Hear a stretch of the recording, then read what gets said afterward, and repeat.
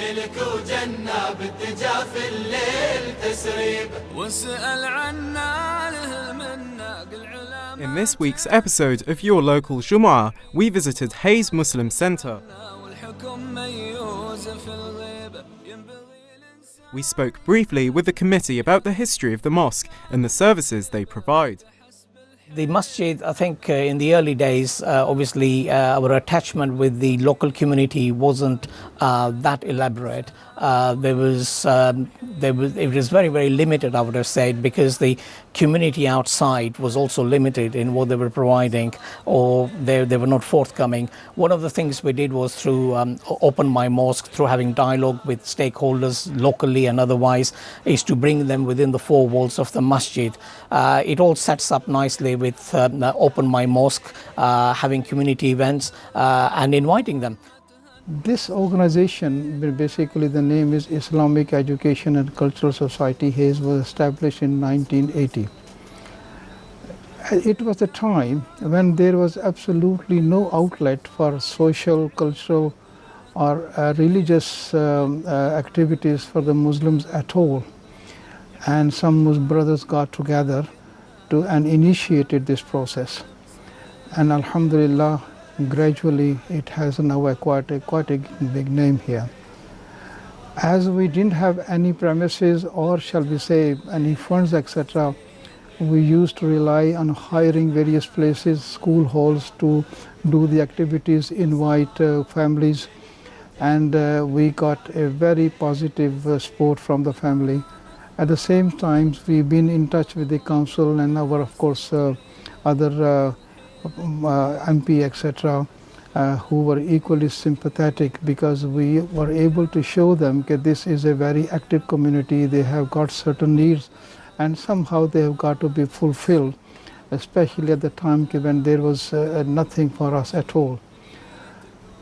It took us a time, but we were originally offered a place which was not big enough, and then through the continued struggle we managed to acquire this place in 1996. During this time, of course, it will be interesting to know that this Islamic Education and Cultural Society, actually we have named this place as a Muslim Centre. It is not only the largest Muslim organization in London Borough of Hillingdon, but in fact the largest amongst all the voluntary organizations. We invite the local police. They are local beat officers. They're familiar with the community within the Hayes and the surrounding area. It's not just coming on Fridays to help the community if they've got any concerns. The last thing we want to do is have our own community live in fear when there is no requirement for that. Being bullied at school, the kids, having problems with the neighbors and things of that nature. So we've got a hotline with the police that any concerns, any issues that we have, we take them up, we escalate them. It's not a question of just talking about it for talk's sake, but it's actually escalating and getting results for the community, is to instill that confidence that we will follow up, we will do things. It's all about that as well. And I think, as you can probably see today, he's engaged with a variety of people who may have different concerns to last week or the week before. The focus is to have or to cater to the various age groups within the community, one being the school-going children, and also the adults, sisters. For the school-going children, we have 2-day classes, which are akin to Sunday classes, but because of the number of children that we have, over 300, we have to split them. So children come 2 days a week for 2 hours, and the objective is to provide them a holistic learning. So we carried out a survey to try and establish exactly what they wanted from us, what they wanted us to provide, rather than us saying we will provide you with this and that. One of the things was we started off with a youth program where 5+ would come in up to the age of 12. It started off with about 20 children. We would have volunteers, we'd have ulama who would talk about tarbiyah and talk about religious matters, as well as playing hockey, archery, indoor of course, all this on the mezzanine floor, table tennis, football and things of that nature. It started with 20 children and reached 140 plus. It got to a stage where, for health and safety reasons, we had to curb that. What we've done since then is I had an outlet for some of them by having Friday football on a regular basis. We recently had paintballing expedition outside, which included fathers and sons, which was a success. We also have 10-pin bowling, which we hope to organize locally here as well. We also have a chill zone. This is geared towards 12 plus boys and girls every Sunday. The idea is to bring them in and have activities, but also have an element of Islamic study and tarbiyah in together with sports as well. In terms of our youth activities and the youth events that we've been doing, it was a bit hard and a bit difficult for us to break the kind of the barriers, between the society and then the upbringing of our youngsters. But is that we just have to introduce some incentives whereby we build that relationship with them, we befriend with them, and then winning them. It's kind of something that we were building it gradually, because bringing them straight into the masjid is not an easy task. Yes. We've been doing football every Friday for the last 2 years now, and it's still ongoing every Friday locally at Bowell Leisure Center, 7 to half 8. It's from children from different backgrounds. The other thing that we're doing at the moment is a chill zone, and this is for 13 years plus, whereby we have table tennis, PS4, some dodgeballs. Yeah, at the moment, through our football, the program that we started on our last session was a coaching session. Now, because we had the boys for the last 2 years, some of them from when they were 10 years, now they're 12. Hopefully on our next session, we had a plan to put them into the league, whereby it will be a bit competitive. We talked this to the parents. We have a qualified FA coaches, a qualified trainee coaches, whereby from our own center, alhamdulillah, we supported them, sent them to FA without no recognition. Now they are qualified, now they're running the session. So hopefully, inshallah, our next plan is again to take them to FA level 2. Then by that, we are hoping, inshallah, this thing will become bigger and bigger. The other thing is, we recently there was the British Beacon Mosque Awards organised by Faith Associates, where over 200 masajids throughout the UK participated or were nominated for what they do. There's different categories, obviously. We were nominated for one of the categories, which was services to the elderly. This was partly based on the over 55 club that we ran at the masjid, where we carried a whole host of exercising sessions in the morning, 10 to 12 till lunchtime, both for men and women, and we also had an outing at a golf course where people who had never ever played golf, including our senior women, thoroughly enjoyed it. That was just one aspect of what we did for the elderly as well, and of course it continues from that. We were awarded this medal out of the 200 mosques that were nominated for services, best services to the elderly as well. But as we do more for the youth, we were also recognized for our contribution, although we didn't win it, for the award for the youth services that we do in this masjid as well. So out of 200 masajid to be recognized for these things is very, very important as well. Of course, the kite mark always used to be the best run masjid in the UK. That's our aim. And I think these outings where we participate fully enable us to understand how other masajids, what they do, how they do it, so we can replicate and do the best for our community as well. In the khutbah, Sheikh Abdul Samad spoke of the importance of maintaining one's daily prayers.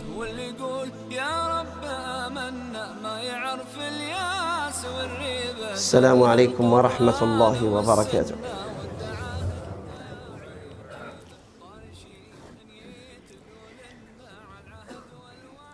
And why we are here for, brothers and sisters, in this day of congregational prayer. a day of Al-Jumu'ah. It is very sad today, unfortunately, that many people, they don't know the merit, the significance of today. Of a day called Friday. Of a day called Al-Jumu'ah. The Prophet ﷺ said, the best of your days. If you haven't heard this before, it is a chance for all of us to learn, inshallah. It's to learn in a sense that why we are not celebrating these days the way it should be. Ya ikhwan, today, like Jumu'ah, which is today, is not just about coming to the masjid. That is the main duty on the day, is to come to the masjid and to apply the etiquette and manners and to look nice, to look smart, clean. And you are on the first row, you're not at the back, you're not the last row, you are on the first. It shows interest. But though Friday is not just about coming to the masjid, Friday is a day of celebration between brackets. Make it Eid. Today is Eid, ya ikhwan. Wallahi it is. Yesterday was one of the Eids, not official, but Ashura, not like Eid al-Fitr and Eid al-Adha. Yesterday, what was yesterday? Thursday. Today is Friday. Jazakallah khair. The truth about this life, the dunya, that today you and me are mad about collecting it. We don't have time for the masjid. We don't have time for halaqat al-ilm. We don't have time to go fi sabilillah, to make da'wah. We don't have time for our neighbors. We don't have time for our parents. We don't have time for our community. We don't have time for... It's nothing, it's the dunya, overtime, dunya, that night, overshifts, the extra hours, that salary, that job, that duty. Akhi, ukhti, where you going? Where you going? 5 daily, I don't want to know excuse, I don't want to hear about the excuses. I'm busy, I can't do it. 5 daily prayers should be a priority in your life and in my life. If you want to be successful, wallahi, ya ikhwan, I'm serious about it. One of the agonies, one of the miseries, one of the problems, our problem today, our failures today, our illnesses today, the cause of depression and stress, we are not serious about the prayer. And I want to say again, we are not serious about 5 daily prayers. Fajr prayer, where Fajr prayer? What time Fajr prayer? 5:45. They pray 9 o'clock. Are you serious? Every single day you're going to pray Fajr time 8 o'clock, and after you had your breakfast. Goodness me, I haven't prayed. It is not goodness for you, it is woe to you. Once, maybe out of laziness, we're all lazy, and sometimes that's not a good day for me and I should cry. I've missed my Fajr prayer. That's not a good way to start my day. Some of the people, that's the long way, every single day, 9 o'clock, 10 o'clock, 9 o'clock, and they'll have to teach you the way they pray. That prayer has no reflection. That prayer has no outcome. That prayer has no effect. That person is still swear. That person is still cheat. He has an affair. He is not nice to his wife. He is not nice to his neighbors. Here you look at it and say, Akhi, I'm just wondering, do you pray? You know, I've got a phone like you. People, as an imam, and where I am as an imam with other imam, people don't call me. I've got problems. If it's not just yesterday, trust me, every single day, people with different problems. Most of them, depression and life is not going well. And why that? I said, Akhi, ukhti, do you pray? I said, Wallahi, I don't waste my time in getting conversation with them. Do you feel and how? I said, do you pray? 95% of my customers, 95%, they said, yeah, I pray. You know, some of them, they said, listen, please, I don't want to make you upset. I said, okay, go on, okay, carry on. I said, I don't pray, but I'm a good person. Excuse me, serious? Are you a good person? Really? I don't think so, brother. Give me a huggy. Alhamdulillah, we don't shout to them. We don't abuse them. We don't verbally upset. No, a'udhu billah. We have no right to do so. You are my brother, and I am your brother. But I need. It's like a doctor. You go to your doctor, and the doctor will look at you. He will listen to you. Once you are diagnosed, the doctor, he knows the illness. He will give you the prescribed medication. Am I right or not, ya ikhwan? They say, Imam is a doctor as well. Ya akhi, do you pray? I said, well, inshallah. You're going to promise yourself, you're going to pray on time. Am I going to say it is easy? Wallahi, it is not. 5 daily prayers in the masjid, behind the imam, it is an easy task. وَإِنَّهَا لَكَبِيرَةٌ إِلَّا عَلَى الْخَاشِعِينَ. Is it the Quran? إِنَّهَا لَكَبِيرَةٌ. Praying on time is a big thing. It's kabira. إِلَّا عَلَى الْخَاشِعِينَ. Those people who are humble. They humble themselves to the greatness of Allah. Salah for them is not something that's great. I'm going to lose every appointment. Let lose every appointment. Let lose my day. I don't want to lose my prayer. Ikhwani, once we have that in our heart, wallahi, listen to this. Allah will open up the gates of provision. Allah will open the doors of felicities, happiness and joy. I want to conclude with this ayah. يا أيها الذين آمنوا اتقوا الله ولتنظر نفس ما قدمت لغد. Wallahi, ikhwan, this ayah will make you cry. Unless if you don't have a heart. يا أيها الذين آمنوا اتقوا الله ولتنظر نفس ما قدمت لغد. I cannot read this ayah. Look, even the context of this ayah, you should read it as such. يا أيها الذين آمنوا. It is like you talking to your heart, and it is a verse that comes from Allah Azza wa Jalla, who loves you, He wants you to go to Jannah. He doesn't want you to go to hellfire. He doesn't want to punish you. Come on. يا أيها الذين آمنوا اتقوا الله. You who have believed. Okay, you are believed. Have you believed? Are you a believer? Are you a man of faith? Yeah, this call is for you, for God's sake. This call is for you. You're going to lend your ears and head what is coming. Ittaqullah, fear Allah. Be mindful of Allah. What is else?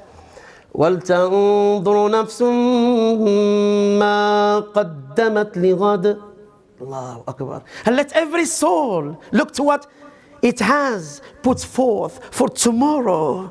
We don't have tomorrow. Tomorrow, we don't have it, we don't know it. We have no access to that knowledge of tomorrow. You and me, we only have this time now.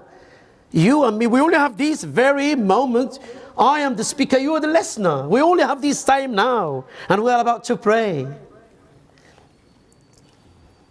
وَلْتَنْظُرُ نَفْسٌ مَا قَدَّمَتْ لِغَدٍ وَاتَّقُوا اللَّهَ. And fear Allah. إِنَّ اللَّهَ خَبِيرٌ بِمَا تَعْمَلُونَ.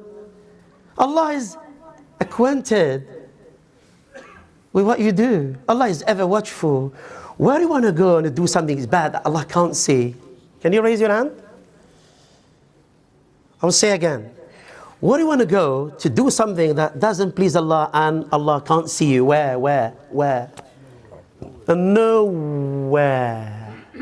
Allahu Akbar. Why we are not modest? Why we are not mindful of Allah Azza wa Jalla? Inna Allah khabirun bima ta'malun. ولا تكونوا كالذين نسوا الله فأنساهم أنفسهم. And be not like those who forgot Allah Azza wa Jalla. So what Allah did to them, He made them to forget themselves as a punishment. They don't know what Allah is. They don't know what the masjid is. They don't know what the salah is. So they have forgotten themselves. So we ask Allah Azza wa Jalla. There are other things really to be said in this occasion, but the time is up, and I ask Allah Azza wa Jalla to make me and you from among those when they listen to the words, they follow the best of it. We ask Allah Azza wa Jalla, these Islamic new Hijri year just come. We ask Allah Azza wa Jalla to increase our provision, to increase our health and our wealth, and to increase our iman, and make you and me from among the dwellers of heaven. Wa akhiru da'wana alhamdulillahi rabbil alamin.